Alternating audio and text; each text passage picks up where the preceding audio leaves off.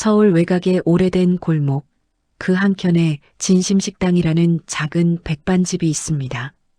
간판은 빛이 바랬고 간판 불은 자주 나갔지만 그래도 30년 동안 이 동네를 지켜온 곳이죠. 그 식당이 바로 제 인생이었습니다. 아침마다 시장에서 장을 보고 돌아오면 아내 정화는 국물을 끓이고 나는 반찬을 나르며 하루를 시작합니다. 아들 진우는 출근 준비로 바쁘고 손녀 하늘이는 늘 식탁 한쪽에서 그림을 그리죠. 그게 우리 가족의 평범한 하루였습니다. 그날도 마찬가지였어요. 점심시간이 한창일 때 식당 앞 유리문 너머로 낯선 할머니 한 분이 서 계셨습니다. 낡은 외투, 해진 모자, 그리고 손에는 오래된 쇼핑백 하나. 눈빛이 허공을 헤매듯 흔들리더군요. 정화가 제게 속삭였어요. 여보, 저분 또 오셨어. 또라니? 전에 본 적 있어? 지난주에도 그 앞에서 서 있더라고. 밥 냄새 맡고 그냥 가셨어. 그 말을 듣고는 그냥 못 있겠더군요. 식당 문을 열고 나가 따뜻한 백반 한 상을 내밀었습니다. 추운데 이거라도 드세요. 할머니는 한참을 제 얼굴을 보다가 조용히 고개를 끄덕였습니다. 식당 안으로 들어온 할머니는 밥 한 숟갈을 뜨시더니 갑자기 멈췄습니다. 손이 미세하게 떨렸어요. 그러더니 조용히 중얼거리시더군요. 우리 아들 밥도 이렇게 좋아했는데. 그 말의 순간 가슴이 묘하게 저렸습니다. 치매라고 하기엔 또렷했고 정신이 없다고 하기엔 품이 고왔어요. 밥을 다 드신 할머니는 제게 허리 굽혀 인사하셨습니다. 내일 또 와도 될까요? 그럼요. 언제든 오세요. 그렇게 그분과의 인연이 시작됐습니다. 다음 날 할머니는 또 오셨습니다. 이번엔 하늘이에게 사탕을 건네며 말씀하시더군요. 이거 우리 손녀도 좋아했지. 하늘이는 해맑게 웃으며 고맙다고 인사했죠. 정화는 처음엔 부담스러워했지만 시간이 지나자 밥을 더 넉넉히 담기 시작했습니다. 괜히 마음이 짠하더라고. 저렇게 매일 혼자 다니는 게 얼마나 외롭겠어.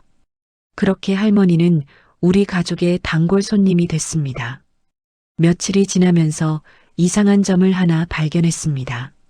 할머니는 항상 오전 11시 30분에 딱 맞춰 식당 앞에 나타났어요.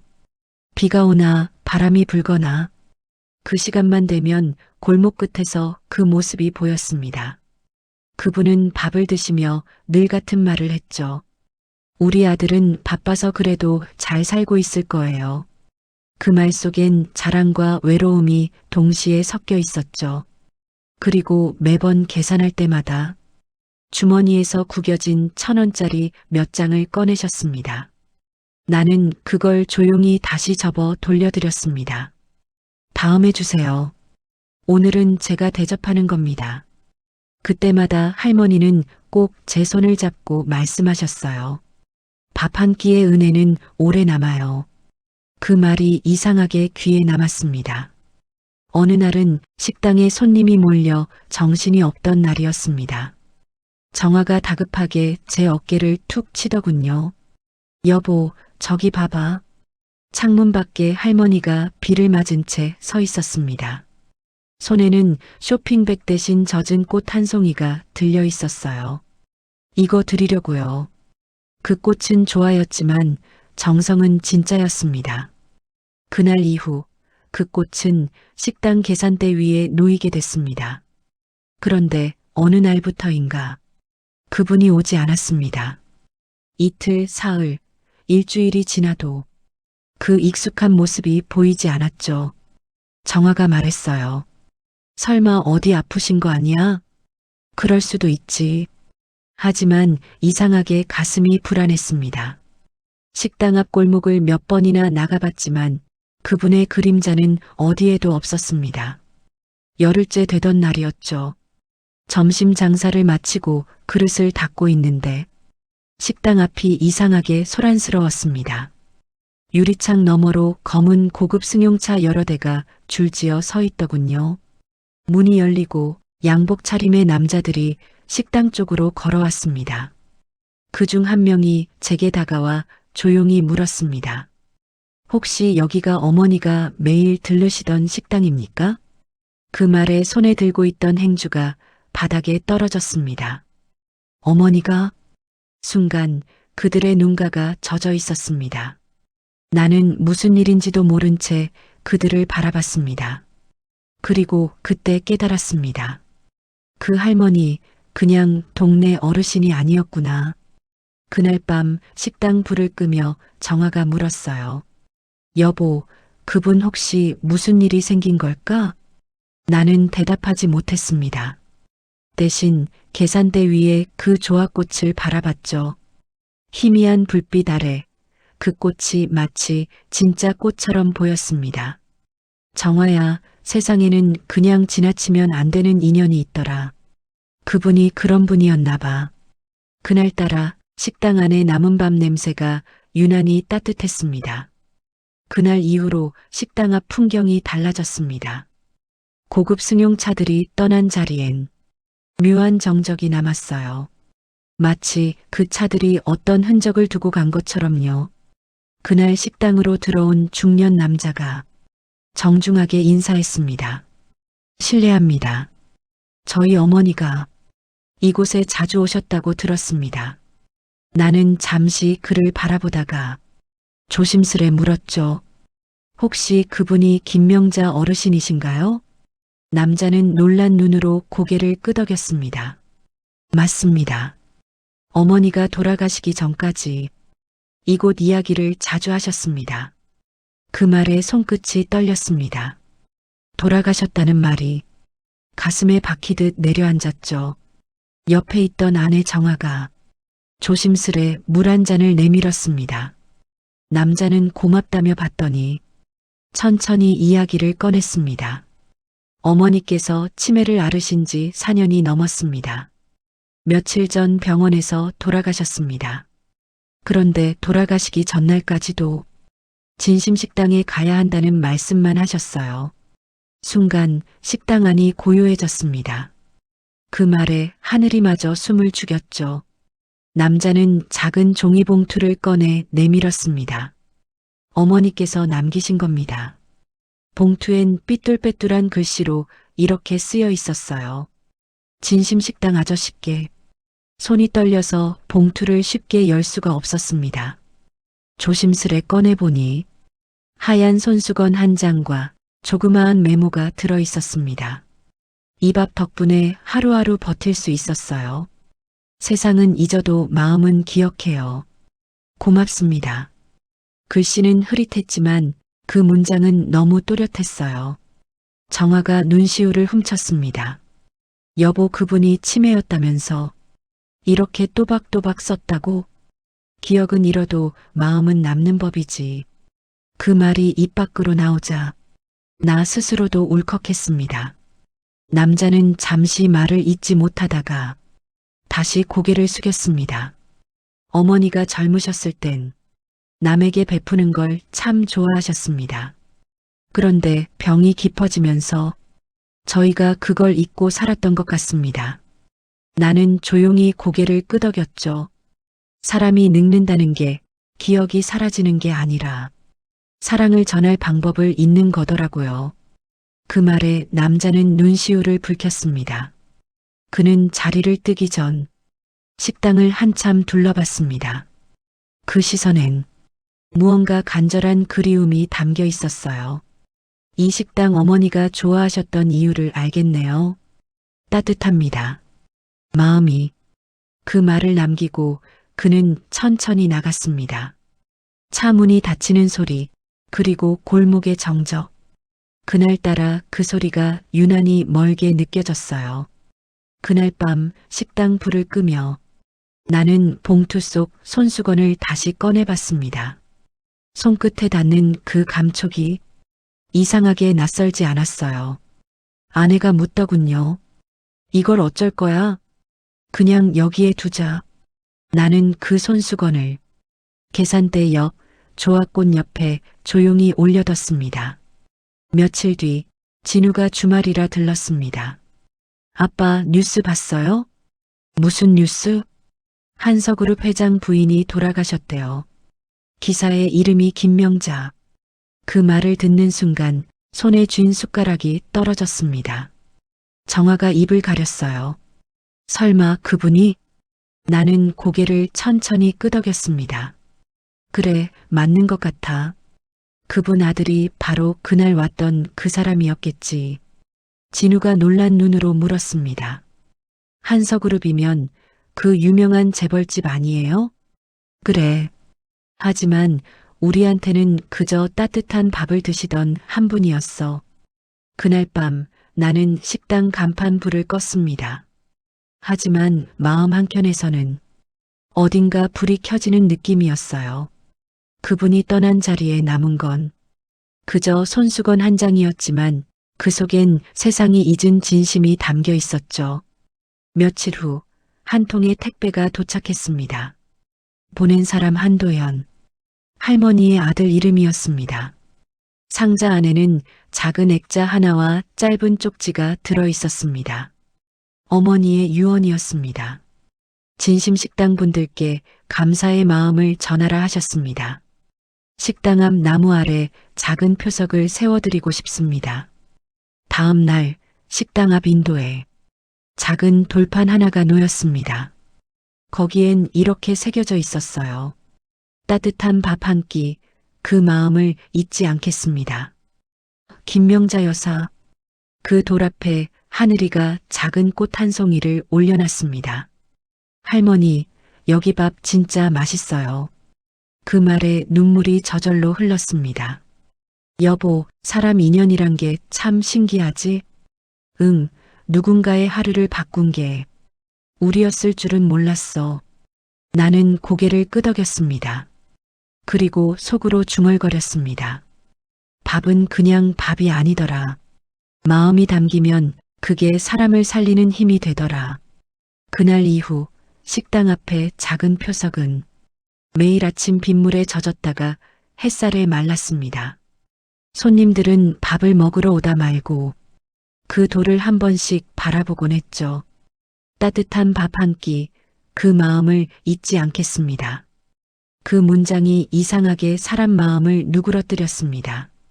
그날도 평소처럼 식당 문을 열었습니다. 하늘이 학교 가기 전 손바닥만 한 도시락을 들고 뛰어나갔고 정화는 부엌에서 된장을 풀고 있었습니다.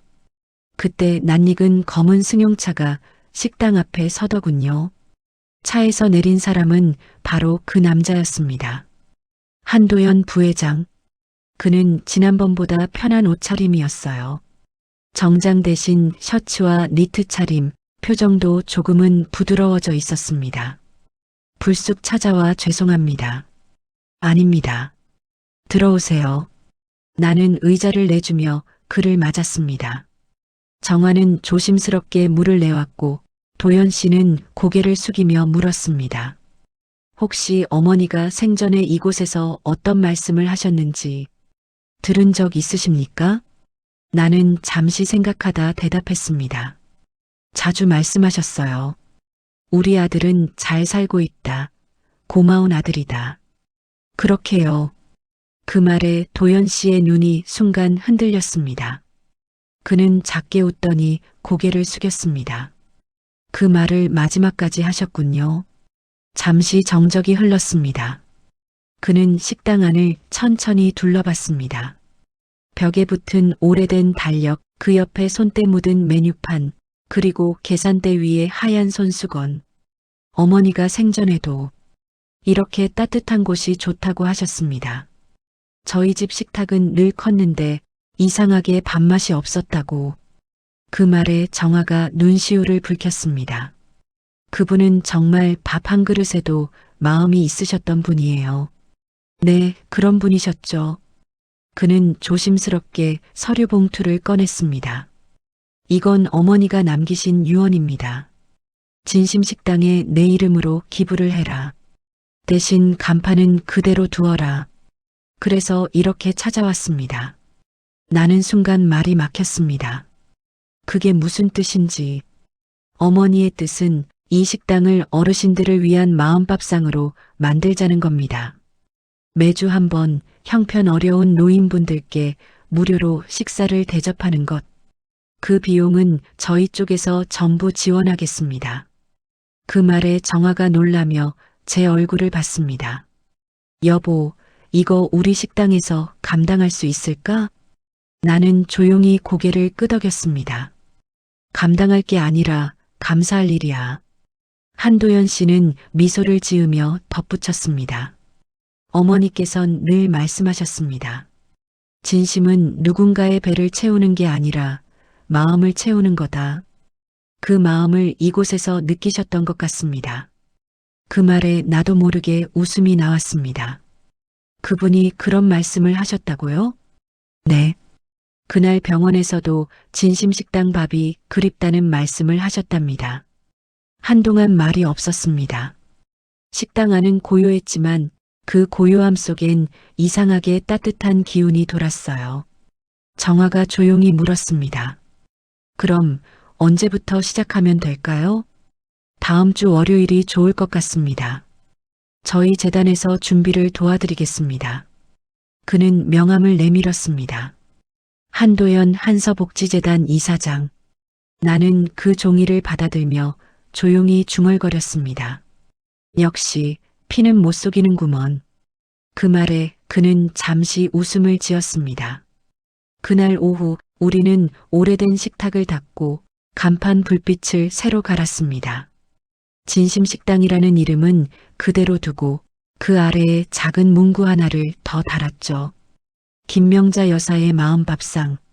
하늘이는 그걸 보고 물었습니다. 할머니 이름이에요? 그래, 밥을 좋아하던 할머니야. 그럼 우리도 그 할머니처럼 밥 많이 줘요. 그 말에 식당 안이 웃음으로 가득 찼습니다. 다음 주 월요일 식당 앞엔 줄이 길게 늘어섰습니다. 동네 어르신들이 삼삼오오 모여 앉아 국밥을 먹으며 이야기꽃을 피웠습니다. 여기 밥 참 맛있네. 그 할머니 이름이 뭐라더라? 명자 씨? 그 말에 마음이 따뜻해졌습니다. 창밖으로 본 도연 씨는 멀리서 조용히 그 장면을 지켜보다 고개를 숙이고 돌아갔습니다. 그 뒷모습이 마치 어머니와 작별하는 듯 보였어요. 그날 밤 나는 식당 불을 끄며 말했다. 정아야, 밥이란 게 참 이상하지? 왜? 누군가의 손에서 시작돼서 결국 누군가의 마음으로 가잖아. 정아가 미소를 지었습니다. 그래서 이 식당 이름이 진심식당이지. 그 말에 나도 모르게 웃음이 났습니다. 문득 계산대 위에 손수건이 조명 아래서 은은하게 빛났습니다. 명자 여사님 잘 가셨죠? 그날따라 식당 안의 밥 냄새가 유난히 따뜻했습니다. 그날 이후 식당 앞 표석을 보며 지나가는 사람들이 하나둘 늘었습니다. 어르신들은 그 돌을 손끝으로 쓰다듬으며 중얼거렸죠. 밥 한 끼의 마음이라 참 좋은 말이네. 그 문장을 볼 때마다 나는 마음 한구석이 따뜻해졌습니다. 그건 분명 김명자 여사가 남기고 간 온기였습니다. 다음 주 월요일 진심식당은 새로 문을 열었습니다. 간판 아래 새로 붙은 작은 글귀. 김명자 여사의 마음밥상. 아내 정화는 새 앞치마를 두르고 하늘이는 계산대 옆에서 물티슈를 나눠주고 있었죠. 아침부터 동네 어르신들이 줄을 섰습니다. 여기가 그 무료 밥 주는 데라며? 그래, 한서그룹에서 후원한다더라. 나는 그 말에 미소를 지었습니다. 무료 밥이라뇨? 마음으로 드시는 밥이에요. 그 말에 어르신들이 피식 웃으셨습니다. 점심시간이 되자 식당 안은 사람들로 가득 찼습니다. 기계 소리 대신 웃음소리, 숟가락 부딪히는 소리 대신 대화가 가득했습니다. 정화가 된장찌개를 내오며 말했죠. 여보, 나 이렇게 북적한 식당 오랜만이야. 그러게. 근데 이상하지? 오늘은 돈 생각이 안 나네. 나는 손에 묻은 국물 자국을 훔치며 웃었습니다. 그때 한 어르신이 내 손을 꼭 잡더군요. 사장 양반, 이거 진짜 맛있어. 근데 그 밥보다 따뜻한 건 당신 마음이야. 그 한마디에 눈물이 핑 돌았습니다. 그게 바로 명자 여사가 남긴 진심이었겠죠. 그날 오후 문이 열리며 한도연 부회장이 다시 들어왔습니다. 정장은 아니었어요. 그는 조용히 인사하더니 구석 자리에 앉았습니다. 식당 잘 되네요. 덕분입니다. 어르신들이 정말 좋아하십니다. 그는 식탁 위의 반찬들을 바라보다가 작게 웃었습니다. 이 된장찌개 냄새, 어머니가 좋아하던 향입니다. 그분 덕분이에요. 밥상 하나로 이렇게 많은 사람이 웃네요. 그는 고개를 끄덕였습니다. 사람이 남기는 건 결국 마음이더군요. 돈도 명예도 다 지나가는데 어머니는 진심을 남기셨네요. 그 말을 듣는 순간 식당 안의 햇살이 유난히 따뜻하게 느껴졌습니다. 식사 후 도연 씨는 주머니에서 작은 상자를 꺼냈습니다.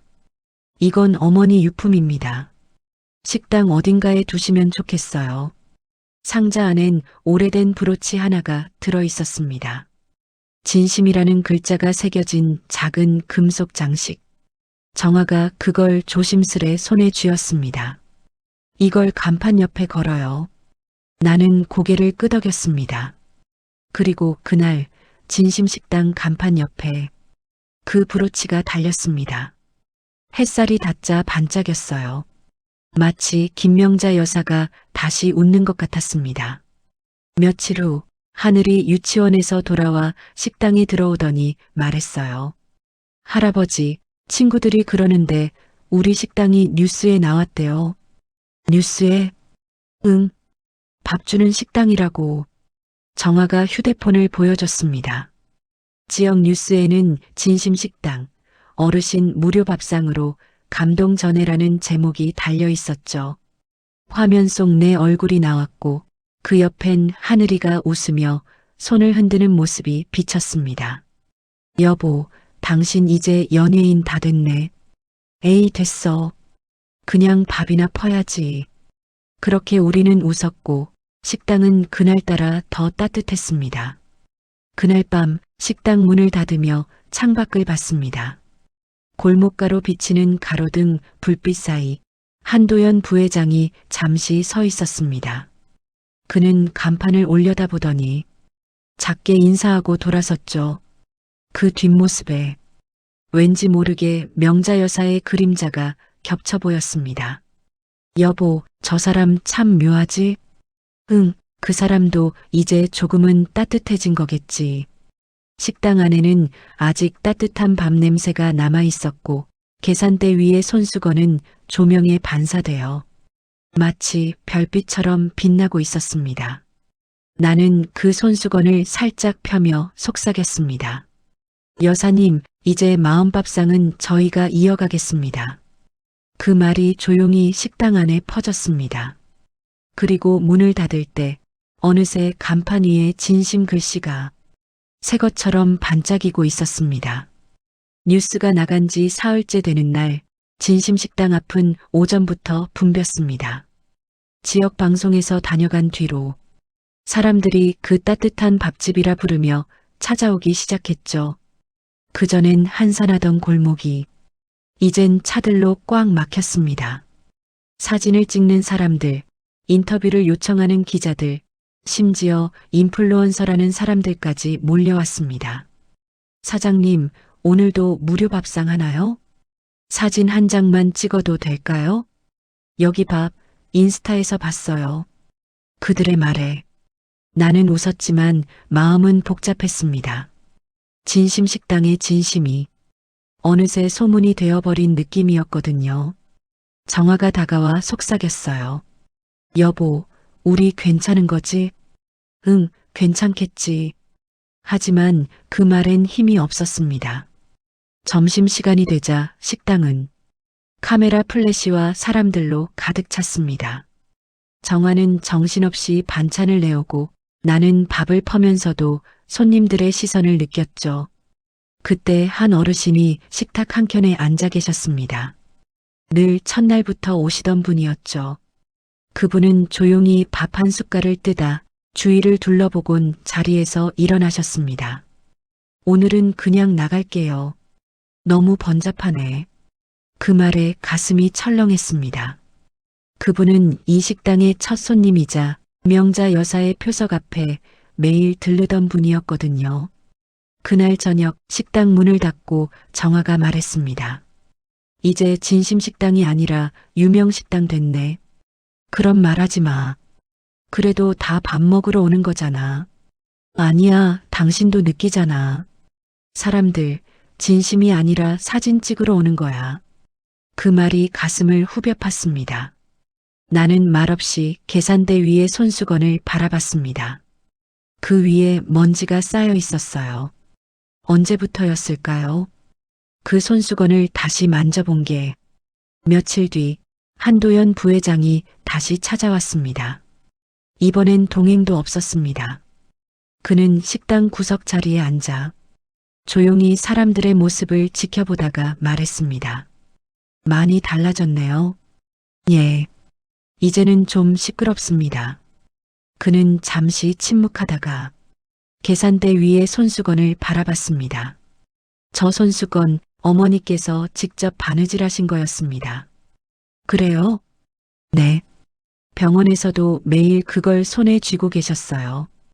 이걸 꼭 다시 돌려드려야 한다고 하셨죠. 그 말에 손끝이 저렸습니다. 나는 조용히 손수건을 펼쳤습니다. 그리고 묻은 먼지를 털어냈습니다. 이게 우리가 잃어버린 거네요. 진심은 조용할 때 제일 크게 들리는 법입니다. 그 말이 식당 안에 잔잔하게 울렸습니다. 그날 밤 나는 혼자 식당에 남았습니다. 테이블마다 그날 찍힌 사진 전단지와 손님이 두고 간 명함들이 흩어져 있었습니다. 문득 처음 명자 여사가 식사하던 날이 떠올랐습니다. 허름한 외투, 조용한 미소, 그리고 그 한마디. 밥 한 끼의 은혜는 오래 남아요. 나는 눈을 감았습니다. 그리고 속으로 그 말을 되뇌었죠. 진심식당은 왜 시작됐는가? 다음 날 아침 나는 간판 밑에 붙은 현판을 다시 닦았습니다. 김명자 여사의 마음밥상, 그리고 작은 안내문을 붙였습니다. 오늘부터 매주 월요일 마음밥상은 조용히 운영됩니다. 예약이나 촬영은 삼가주세요. 그 문장을 적는 순간 이상하게 마음이 편안해졌습니다.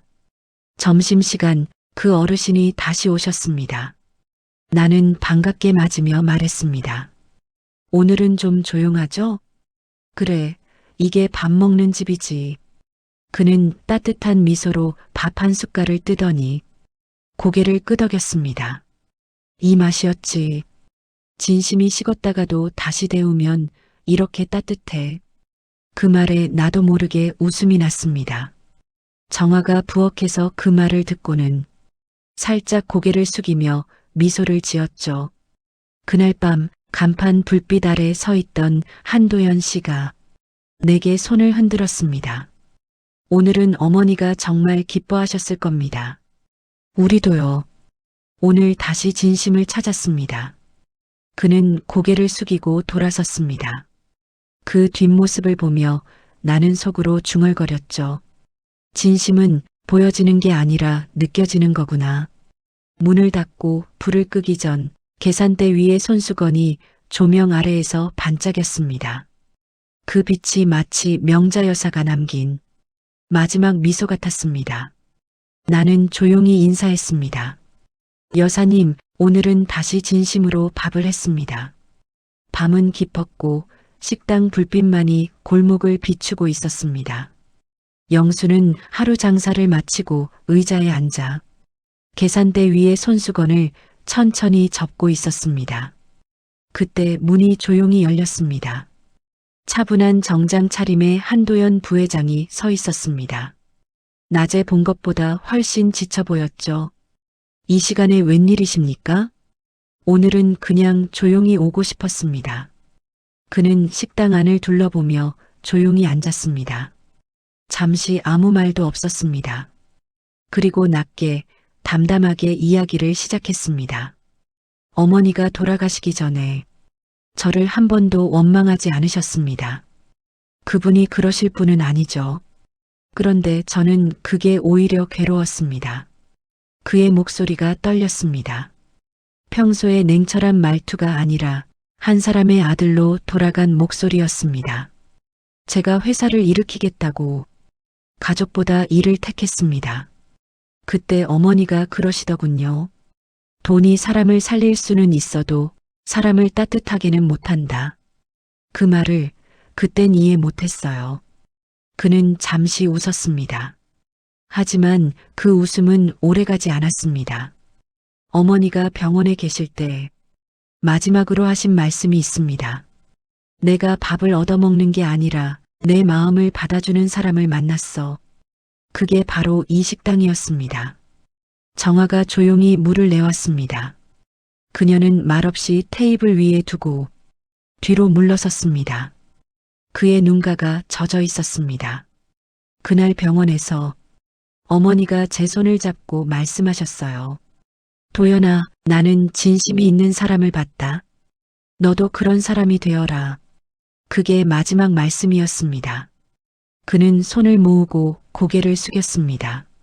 식당 안은 고요했습니다. 마치 그 말이 여전히 공기 속에 남아있는 듯 했죠. 영수가 조용히 입을 열었습니다. 부회장님, 그분은 당신을 원망하지 않으셨을 겁니다. 오히려 자랑스러워 하셨겠죠. 아들이 자기 이름으로 이렇게 많은 사람을 먹이고 있으니까요. 그 말에 도연 씨가 고개를 들었습니다. 눈동자에 반짝이는 불빛이 비쳤습니다. 저는 어머니가 그 식당을 왜 그리 좋아하셨는지 이제야 알 것 같습니다. 이곳엔 조건이 없어요. 그냥 사람 냄새가 납니다. 그때 정화가 계산대 위에서 손수건을 꺼내 그에게 조용히 내밀었습니다. 이건 여사님께서 남기신 거지만 사실은 당신께 더 필요한 물건일지도 몰라요. 그는 손수건을 두 손으로 받았습니다. 손끝이 미세하게 떨렸습니다. 감사합니다. 어머니 냄새가 나는 것 같습니다. 그는 손수건을 가슴에 꼭 눌렀습니다. 그리고 아주 낮은 목소리로 말했습니다. 저도 이제 밥을 해보고 싶습니다. 그날 이후 도연 씨는 매주 월요일 아침마다 식당에 들러 국자를 들었습니다. 비서도 기자도 없었습니다. 그냥 한 사람의 아들로서 밥을 나누고 그릇을 닦았습니다. 처음엔 어르신들이 놀라셨죠. 이 사람 어디서 봤는데? TV에서 본 사람 아냐? 하지만 그는 웃으며 말했습니다. 오늘은 그냥 봉사하러 온 아들입니다. 그날부터 진심식당의 월요일은 그 어떤 날보다 따뜻했습니다. 점심시간이 끝나면 그는 늘 문 앞 표석 앞에 서서 작게 인사했습니다. 따뜻한 밥 한 끼, 그 마음을 잊지 않겠습니다. 그리고 나지막이 속삭였죠. 어머니, 이제야 조금 알 것 같아요. 밥 한 끼의 힘을. 그날 저녁 영수는 그가 떠나는 뒷모습을 바라보다가 정화에게 말했습니다. 정화야, 저 사람 진심을 되찾은 것 같지? 응. 우리 식당이 그걸 도와준 거야. 그 말에 둘 다 웃었습니다. 식당 안엔 된장 냄새와 함께 늦은 햇살이 부드럽게 번지고 있었습니다. 계산대 위의 손수건은 이제 더 이상 외로워 보이지 않았습니다. 그 옆에는 도연 씨가 두고 간 작은 카드가 놓여 있었죠. 진심은 나누면 사라지지 않는다. 그 문장을 읽는 순간 영수는 마음속으로 속삭였습니다. 명자 여사님, 당신의 진심이 결국 아드님 마음까지 닿았습니다. 봄이 완전히 찾아온 어느 오후였습니다. 진심식당 앞 골목에 벚꽃이 만개했고 식당 앞 벤치에는 따뜻한 햇살이 비쳤습니다. 그날은 특별한 날이었죠. 김명자 여사의 마음밥상이 시작된 지 100일째 되는 날이었습니다. 식당 안에서는 정화가 국을 끓이고 하늘이는 카운터에서 포스트잇에 그림을 그리고 있었습니다. 그림엔 사람 여럿이 밥을 나눠 먹고 있었어요. 그림 아래엔 서툰 글씨로 이렇게 적혀 있었습니다. 다 같이 먹으면 더 맛있어요. 그걸 보던 나는 피식 웃었습니다. 저게 바로 진심이지 뭐. 그때 문이 열렸습니다. 한도연 부회장이 들어왔습니다. 이제 그는 부회장이라기보다 그냥 도연 씨였습니다. 오늘은 가족분들께 제대로 인사드리고 싶어서 왔습니다. 어서 오세요. 이제는 가족이지요. 정화가 반갑게 맞이했고 하늘이는 익숙한 듯 도연 아저씨 하며 손을 흔들었습니다. 그의 얼굴엔 어색한 웃음과 함께 어딘가 부드러워진 표정이 맴돌았습니다. 식사를 마치고 도연 씨가 조심스럽게 제안했습니다. 근처에 새로 생긴 카페가 있다는데 한잔 하시겠습니까? 우리는 오랜만에 식당 문을 닫고 나섰습니다. 햇살이 따뜻했고 봄바람이 골목 사이로 부드럽게 불었습니다. 카페는 작은 공원 옆에 있었습니다. 통유리 너머로 햇살이 부드럽게 쏟아졌죠. 그는 조용히 커피를 내리며 말했습니다. 사장님, 전 어릴 때부터 밥상 앞에서 웃어본 기억이 없습니다. 왜요? 항상 아버지는 바쁘셨고 어머니는 조용히 그 옆에 계셨습니다. 밥상은 대화가 아니라 의무였죠. 그의 말에 잠시 정적이 흘렀습니다. 정화가 부드럽게 웃었습니다. 그래도 지금은 다르잖아요. 이젠 밥 먹으면서 웃을 수 있잖아요. 그는 커피를 한 모금 마시며 작게 웃었습니다. 맞습니다. 진심식당 덕분에 처음으로 밥이 마음이란 걸 알았습니다. 그때 하늘이가 옆자리에서 작은 종이봉투를 내밀었습니다. 이거 도연 아저씨 선물이에요. 봉투 안에는 하늘이가 그린 그림이 있었습니다. 하얀 밥그릇 위에 사람들이 다 같이 웃으며 앉아 있었죠. 그림 위엔 또박또박한 글씨로 쓰여 있었습니다. 마음밥상은 웃음이 반찬이에요. 그는 그 그림을 조용히 들여다보다가 눈시울을 붉혔습니다. 이건 어머니가 평생 원하셨던 밥상이네요. 잠시 후 그는 커피잔을 내려놓고 진지한 눈빛으로 말했습니다. 사장님, 어머니가 남기신 재단 기금 일부를 진심상이라는 이름으로 운영해 보려 합니다. 진심상? 네. 사람들에게 따뜻한 밥 한 끼를 나누는 곳을 전국 곳곳에 세워보려 합니다. 시작은 여기 진심식당입니다. 나는 놀라며 물었습니다. 이 작은 식당이 그 시작이라고요? 그렇습니다. 어머니의 진심이 이곳에서 시작됐으니까요. 그 말에 정화가 조용히 고개를 끄덕였습니다. 명자 여사님이 정말 좋아하시겠네요. 그날 카페에서 우리는 처음으로 서로의 이름을 불렀습니다. 도연 씨, 네, 사장님. 아니, 이제 영수 형님이라고 불러도 되겠네요. 웃음이 터졌습니다. 그 웃음은 오래된 상처를 덮는 듯 따뜻했습니다. 저녁 무렵 카페 밖으로 나왔을 때 하늘이는 벚꽃잎을 잡으며 뛰어다녔습니다. 도연 씨가 그 모습을 바라보다가 말했습니다. 하늘이처럼 어릴 때 어머니 손을 잡고 다녔더라면 제 인생이 좀 달라졌을까요? 나는 미소를 지었습니다. 지금이라도 잡으면 되죠. 마음의 손은 늦게 잡아도 됩니다. 그 말에 도연 씨는 조용히 고개를 끄덕였습니다. 그리고 벚꽃잎 하나를 집어 손수건에 살짝 올려두었습니다. 이건 어머니께 드려야겠습니다. 식당으로 돌아오는 길, 도연 씨는 잠시 걸음을 멈추고 간판을 올려다봤습니다. 진심식당 김명자 여사의 마음밥상. 그는 그 아래서 손을 모으고 고개를 숙였습니다. 이제야 진심이 무슨 뜻인지 알겠습니다. 감사합니다, 어머니. 그리고 나를 향해 미소 지었습니다. 형님, 앞으로 이 마음밥상 같이 이어가시죠. 나는 고개를 끄덕였습니다. 그래요. 이제 우리 같이 갑시다. 그날 밤 식당 불을 끄며 정아가 물었습니다. 여보, 저 사람 이제 진짜 가족 같지 않아? 그래. 밥을 함께 먹는 사람은 다 가족이야. 창가엔 하늘이가 그린 그림이 붙어 있었죠. 밥상 위 사람들 모두가 웃고 있는 그림. 그게 바로 우리가 만든 진심이었습니다. 초여름의 햇살이 부드럽게 내리던 날이었습니다. 진심 식당 앞 화분엔 작은 새싹이 돋아나 있었죠. 그날도 식당 안은 평소처럼 분주했습니다. 어르신들이 식사를 마치고 나가며 인사를 건넸습니다. 오늘도 잘 먹었어요, 사장님. 다음 주 월요일에도 오셔야죠. 영수는 웃으며 손을 흔들었습니다.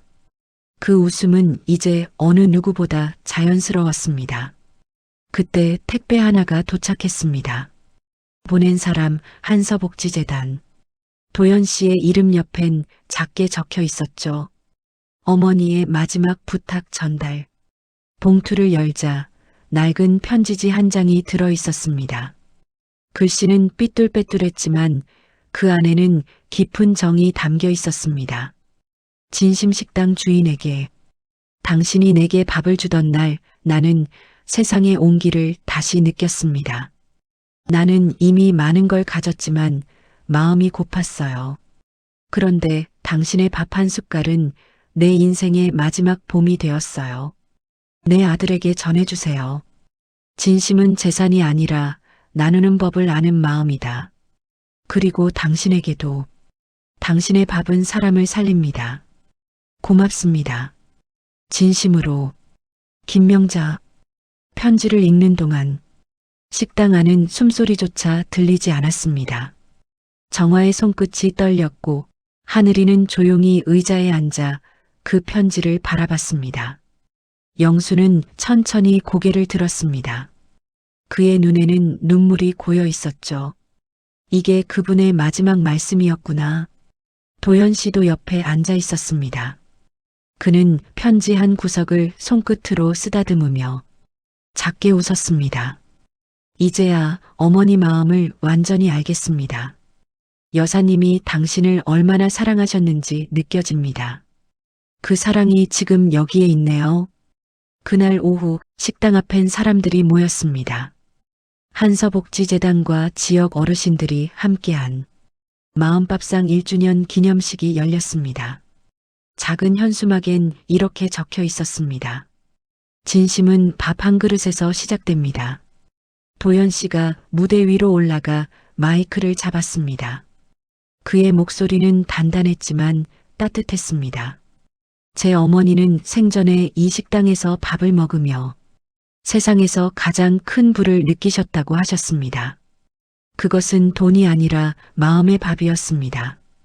오늘 그 마음을 여러분과 함께 나누고 싶습니다. 박수가 터졌고 그 순간 영수의 눈가엔 또다시 눈물이 맺혔습니다. 행사가 끝난 뒤 도연 씨가 영수에게 다가와 말했습니다. 형님, 이 편지는 식당에 걸어두세요. 어머니가 가장 바라셨던 건 진심이 오래 남는 것이었으니까요.